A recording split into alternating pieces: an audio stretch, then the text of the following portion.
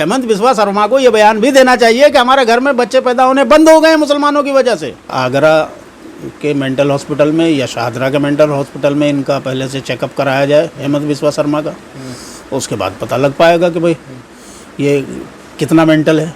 कि उनका ये बयान जो है असल में नरेंद्र मोदी के मुंह पर एक तमाचा है। तशद्दुद पसंद बीजेपी में जो लोग और आरएसएस में हैं, उन लोगों को हिंदुस्तान के मुसलमानों के सांस लेने से भी तकलीफ है। सबका साथ, सबका विकास, सबका विश्वास कैसा है वो हम आप भुगत ही रहे हैं। पिछले 10 साल से पूरा हिंदुस्तान भुगत रहा है, उसमें माइनॉरिटी हो या मेजॉरिटी हो। हेमंत बिस्वा शर्मा ने कहीं ना कहीं अंदरूनी तौर पर एक एजेंडा या ज़रूर ले रखा है अपने जिम्मे कि नरेंद्र मोदी जितना सबका साथ, सबका विकास, विश्वास का जो है वो झूठा नारा बुलंद करेंगे दुनिया के सामने, उतना ही जो है ये उनको नंगा करेंगे।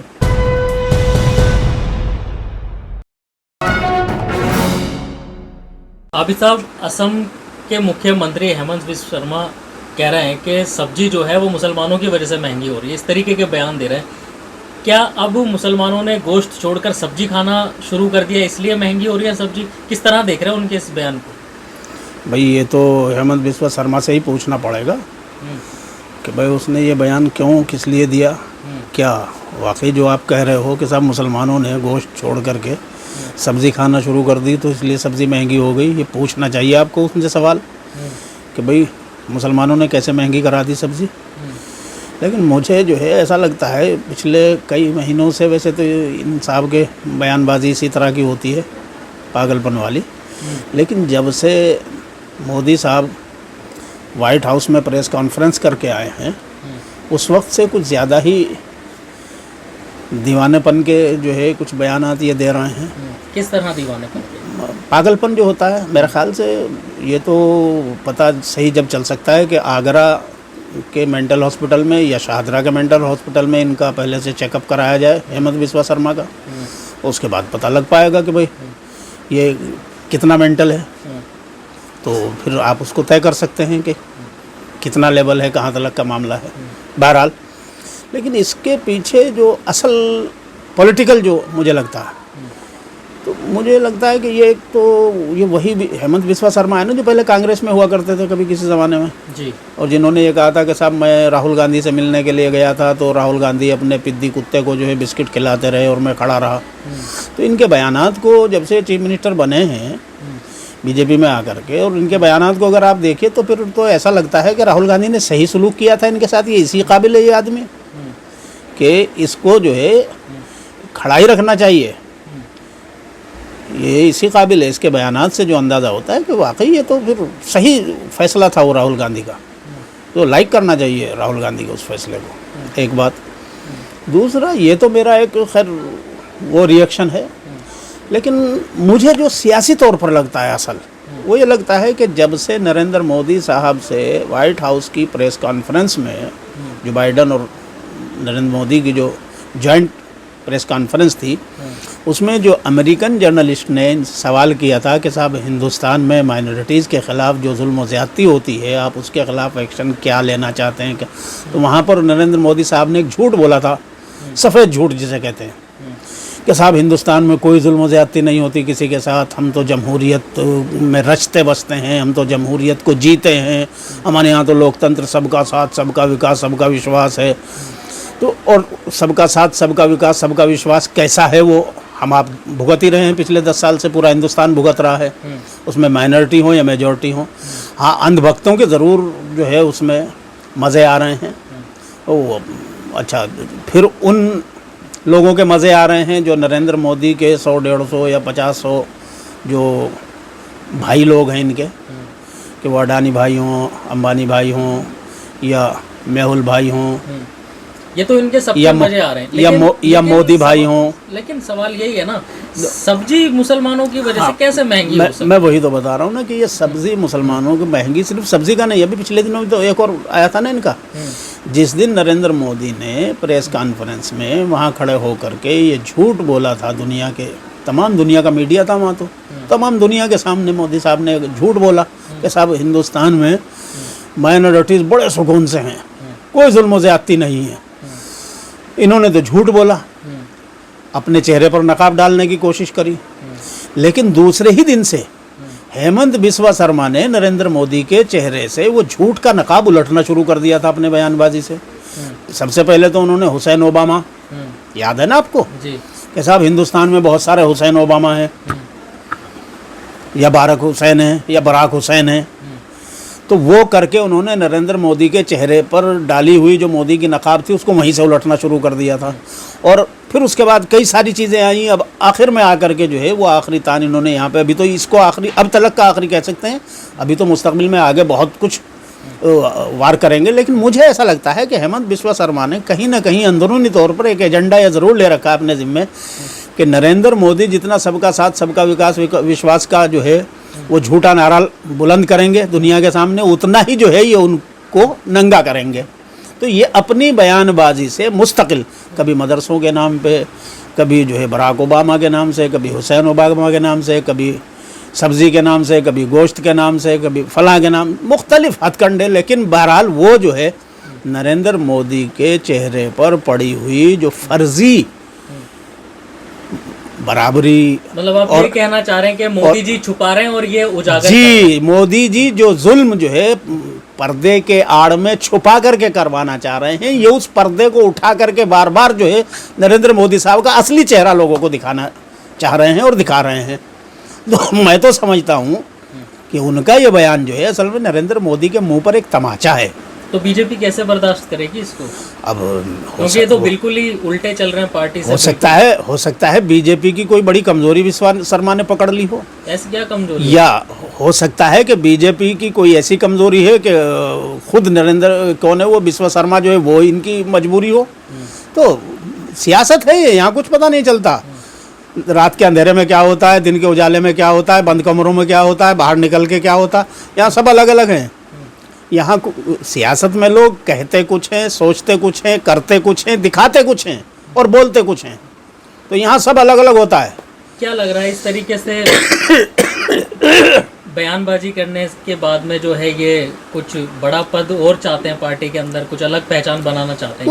वो हो सकता है उनका अपना कोई एजेंडा हो, या हो सकता है कि वहाँ पर उनके कुछ जो है पैरेलल लोग बीजेपी में खड़े हो रहे हैं, उनका दफ मारने के लिए, उनको जो है नीचे उनकी जगह रखने के लिए करना चाह रहे हो। ये मुख्तलिफ कुछ भी हो सकता है, क्योंकि सियासत में देखिए वो जो इन्होंने नारा लगाया था बस एक वही सच है कि मोदी है तो मुमकिन है।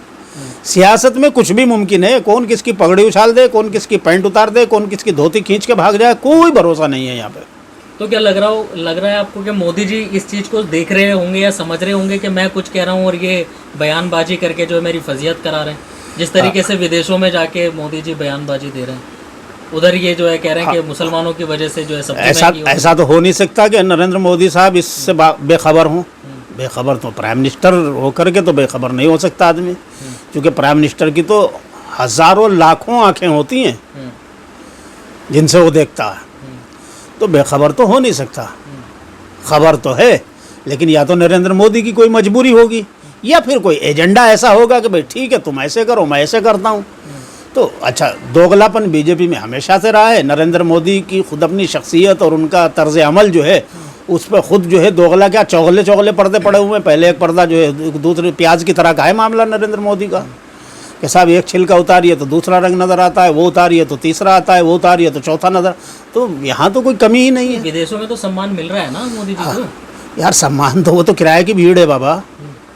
वो जो है आप वहाँ जा कर के जो आरएसएस से मुतासिर लोग हैं या आरएसएस से जुड़े हुए लोग हैं, बाहर मुल्कों में रह रहे हैं, कमा खा रहे हैं, आरएसएस के लोग जाते हैं पहले से, उनको जा कर के सबको इकट्ठा करते हैं और उनके ज़रिए से जो है फिर और भीड़ जमा हो जाती है और उसको जो है हमारी एम्बेसी जो है उसका सारे का निज़ाम संभालती है। तो सरकारी तंत्र लग करके, सरकारी पैसा और आरएसएस मिल करके वो सारा जो है मैनेजमेंट करके एक इवेंट का खेल है ये कर रहे हैं। तो देश के राष्ट्रपति सम्मान कर रहे हैं, उनका इस्तकबाल कर रहे हैं। अरे बाबा देश के लिए गौरव की बात है। वो कोई मोदी का सम्मान नहीं कर रहे हैं, वो तो मोदी की कमजोरी उन्होंने पकड़ ली कि भाई मोदी की दो जुमले तारीफ में करो, ज़रा सा जो है इनका वो दिखाओ कि हाँ भाई हमने तुम्हारा बड़ा सम्मान किया है और भारत को ख़रीद लो। तो वो तो असल में जो है हिंदुस्तान से अपने माली फ़ायदे उठा रहे हैं लोग। भाई अमेरिका ने जो है वो कूड़ा कबाड़ा कचरा जो है वो सारा इनको बेच दिया। अभी जब पिछले दिनों ये गए थे वहाँ सरकारी मेहमान बन करके, कि साहब वाइट हाउस के सरकारी मेहमान हैं नरेंद्र मोदी साहब, तो ठीक है, उन्होंने सरकारी मेहमान का एजाज़ बख्श करके अपना कूड़ा जो है सारा स्क्रैप इनको उठवा दिया कि भैया ले जाओ, अब ये तुम्हारे हथियार हैं, तुम्हारे काम आएंगे, अब उनका जंग यहाँ साफ करते रहना तुम बैठ करके। तो यही फ्रांस कर रहा है। अब वो राफेल जो है, जो 1 रुपये का माल 1000 रुपये में जो है वो नरेंद्र मोदी के हाथ बेचा जा रहा है। उसमें घोटालेबाजी जो हुई थी, जिस पे पिछले दिनों इन्होंने रिश्वत दे करके उसको, कौन था वो, गोगोई चीफ जस्टिस उस वक्त का, उसके ऊपर ब्लैकमेल भी किया। उससे पहले एक लड़की का केस वेस लगा करके फिर रिश्वत दे करके उससे जो है क्लीन चिट ले ली कि नहीं साहब ये गवर्नमेंट जो है बड़ी बिल्कुल दूध की धुली है, इसमें इसका कोई घोटालेबाजी नहीं हुई, और सारी फाइल को वही ख़त्म करा दिया। क्योंकि भाई सुप्रीम कोर्ट के चीफ जस्टिस की मुहर लग गई तो अब कौन क्या कहेगा। लेकिन ऐसा तो है नहीं कि वो हमेशा के लिए दफन होकर रह जाएगा मुद्दा। वो फिर उठा, अब वो तो जिन है बोतल से फिर बाहर आ रहा है। अब वो घोटाले का जिन जो है वो बाहर आया, तो अब ये फिर उसके धोने के उसमें लगे। अब उन्होंने इनको सरकारी मेहमान वहाँ भी उन्होंने देखा यार अमेरिका ने भी ये फ़ायदा उठाया, तुम क्यों नहीं कर सकते, तो उन्होंने भी अपना बुला करके ले भैया। अब वो जो पुरानी कंपनी अनिल अंबानी की जो फेल हो चुकी, जिसको राफेल का इन्होंने ठेका दिलाया था वहाँ से और सारा कारोबार दिलाया था, वो कंपनी तो बैठ गई, ख़त्म हो गई, सब दिवालिया हो चुका मामला। तो अब उस सारे करप्शन को बंद करने के लिए डिब्बे को वो नरेंद्र मोदी वहाँ गए हैं दोबारा से, फिर उस पर जो है कुछ ढक्कन वक्कन लगा के आएंगे, कुछ धोने वोने करके उसकी सफाई सुथराई के लिए। तो उन्होंने उसका फ़ायदा उठाया कि मौका अच्छा है, अब कुछ और बेच लो। तो वो सौदेबाजी हुई है, वो देखिए कुछ दिनों में आपके सामने आ जाएगा। अब ये जो असम के मुख्यमंत्री हैं हेमंत बिस्वा शर्मा, अब ये इन्होंने कह तो दिया कि सब्जी मुसलमानों की वजह से महंगी हो रही है। अब लोग सवाल कर रहे हैं कि गोश्त किसकी वजह से महंगा हो रहा है। हाँ तो मैं बता रहा हूँ ना, हो सकता है हेमंत बिस्वा शर्मा जो है गोश्त खरीद करके बाहर, भाई बीजेपी वाले सारे सप्लाई कर ही रहे हैं। जितनी बाहर बीफ एक्सपोर्ट करने वाली कंपनियां हैं उनमें से 95% तो इन्हीं की है ना।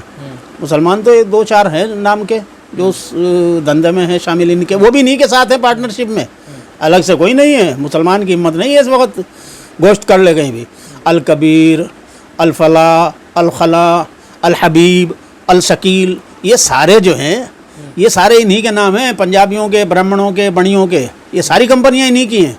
इसमें कोई मुसलमान नहीं। मुसलमान अगर किसी में है 5% का, 10% का, 20% का हिस्सेदार है तो वो भी सारी कंपनियों में नहीं, वो इसलिए भी कि कहीं कहीं वहाँ कुछ कंपनियां वहाँ की बाहर की ऐसी हैं कि साहब वो मुसलमान का नाम देखना चाहती हैं कि साहब ये हलाल हराम का भी मसला है ना ज़बीहे का, तो वो उस वजह से कि साहब इसमें कोई मुसलमान का है तो वो उस मुसलमान को वहाँ आगे करने के लिए कि साहब ये देखिए। नहीं तो अब अगर मुसलमान, ये अलवाजिद कंपनी आई है, ये तो ये अलवाजिद जो है देखिए मुसलमान है तो वो अलवाजिद करके जो है वहाँ दिखा दिया। बाकी जो खेल जो है वो ये कर रहे हैं अपना। नहीं अभी साहब अगर आप सब्जी भी खा रहे हैं मुसलमान तो उसमें भी परेशानी हो रही है क्या?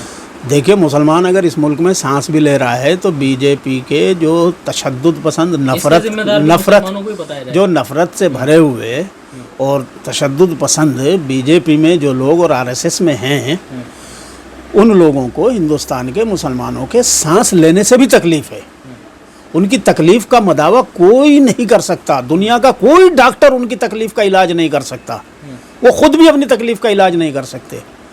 क्योंकि उनकी तकलीफ़ जो है वो असल में ये है, वो ये चाहते हैं कि हिंदुस्तान में मुसलमान नाम का कोई आदमी नज़र ना आए, और ये मुमकिन नहीं है, क़यामत की सुबह तक मुमकिन नहीं है। जिस दिन अल्लाह मियाँ क़यामत बर्पा करेंगे और सारी दुनिया के आदमियों को सबको ज़मीन को लपेट करके करेंगे, उस दिन तो मुमकिन है, उससे पहले तो इंशाअल्लाह ये मुमकिन नहीं है। तो इसलिए जो है ये अपने दर्द में खुद ही जो है चीख पुकार करके मरते रहेंगे, मरने दीजिए। ये तो कांग्रेस पार्टी के नेता रहे हैं, सेकुलर पार्टी मानी जाती है कांग्रेस, क्या उम्मीद लगाई जा सकती है कि इस तरीके की बयानबाजी करेंगे? अगर एक इंसान की मेंटलिटी को भी अगर देखा जाए तो कांग्रेस पार्टी सेकुलर है, लेकिन कांग्रेस पार्टी में तो सारे नेता सेकुलर नहीं है ना। आज भी बहुत सारे लोग उसमें कम्युनल एक से एक भरे पड़े हुए आरएसएस के लोग हैं, हमेशा से रहे हैं। भाई आपने देखा ना कि जब बीजेपी के अच्छे दिन आने शुरू होते हैं तो कांग्रेस की कश्ती छोड़ छोड़ के जो है चील कौवों की तरह उधर जाके बैठना शुरू हो जाते हैं। फिर जब उनकी कश्ती डूबने लगती है उधर से छोड़ करके फिर कांग्रेस की तरफ आने लगते हैं, वही चेहरे हैं। तो ऐसे बहुत सारे लोग हैं, एक दो नहीं है, बहुत लोग हैं ऐसे कि जब जिसका की गाड़ी चलती होती है उस चलती गाड़ी में सवारी के लिए उधर से इधर कूदे, उधर से बिल्कुल मेंढकों की तरह का है मामला, उधर से कूद के इधर से कूद के इधर। तो वो उनके यहाँ कोई वो नहीं है मसला, वो संगी लोग इधर भी हैं उधर भी हैं और रहेंगे वो आज भी है कांग्रेस में। कांग्रेस पार्टी सेकुलर है, ये अलग चीज़ है, लेकिन कांग्रेस सेकुलर कांग्रेस में बहुत सारे कम्युनल आरएसएस के लोग आज भी हैं। राहुल गांधी जिनके खिलाफ लड़ रहा है वो वही तो मसला है, वो अंदरूनी लड़ाई बैरूनी लड़ाई दोनों महाज पे जो एक साथ बंदा लड़ रहा है पिछले 8-9 साल से, जिसके लिए जो है बीजेपी ने हज़ारों करोड़ रुपए खर्च करके जो है उसको पप्पू बनाने की और बनवाने की साजिशें करी हैं, लेकिन वो सारे हज़ारों करोड़ रुपए खर्च करके भी जो है नाकामी और वो सारा लेकर के जो है बैठ गए घर पे। आज राहुल गांधी जो है मजबूत भूमिका में जो है उसी कम्युनलिज्म और उसी देशद्रोह के खिलाफ तो लड़ाई लड़ रहा है। अभी असम के मुख्यमंत्री से क्या कहना चाह रहे हैं? मैं असम के मुख्यमंत्री से कुछ नहीं कहना चाहता हूँ। असम के मुख्यमंत्री से कहता हूँ बाबू ऐसे बयान रोज दिया करो, ये कम है ज़रा, अभी और ज़्यादा देना चाहिए तुम्हें, रोज़ाना सुबह शाम दिया करो। तो वो ज़रा भाई जब एक उसका होती रहे, मतलब आपके कहने का ये है। अरे भैया उसका शौक है, मैं तो उसके शौक को कह रहा हूँ कि भाई अपना शौक सुबह शाम पूरा किया करो ना यार। एक बयान तुम 1 महीने में देते हो या 15 दिन में देते हो तो बहुत कम है। रोज़ाना 1 बयान दो या 2 बयान दो रोज़ाना। तो अगला बयान काय पे आना चाहिए? अब जिसपे उसका जी चाहे वो हो सकता है। अगर वो ये कहे कि साहब मेरे घर में बच्चे पैदा नहीं हो रहे, ये मुसलमानों की वजह से नहीं हो रहे, मेरी बकरी दूध नहीं दे रही, वो मुसलमानों की वजह से नहीं दे रही, लगाओ यार, बोलो ऐसे कुछ अच्छे अच्छे बयान ऐसे दो कि हमारे घर में औरतों ने जो है बच्चे देने बंद कर दिए हैं तो वो मुसलमानों की वजह से बच्चे पैदा होने बंद हो गए हमारे घर में। कहो ऐसी कुछ बात है। मतलब हर चीज़ का जिम्मेदार मुसलमान को बनाया जाए। हाँ बनाओ ना बाबा, हम तो कह रहे हैं। मैं तो कह रहा हूँ कि हेमंत बिस्वा शर्मा को ये बयान भी देना चाहिए कि हमारे घर में बच्चे पैदा होने बंद हो गए मुसलमानों की वजह से। दो ऐसा बयान ताकि लोग ज़्यादा से ज़्यादा ताली बजाएंगे तुम्हारे बयान पे।